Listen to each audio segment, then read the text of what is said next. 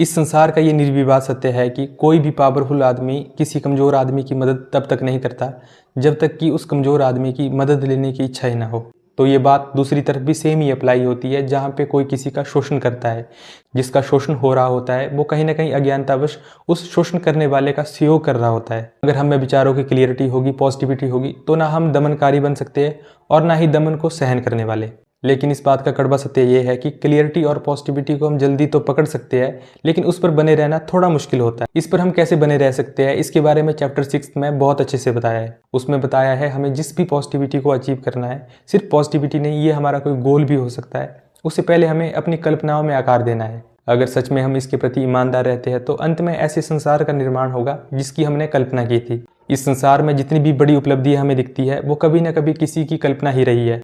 तो हमें अपने जीवन को जैसे भी जीना है, पहले उसे विजुलाइज करें, उसके सपने देखें।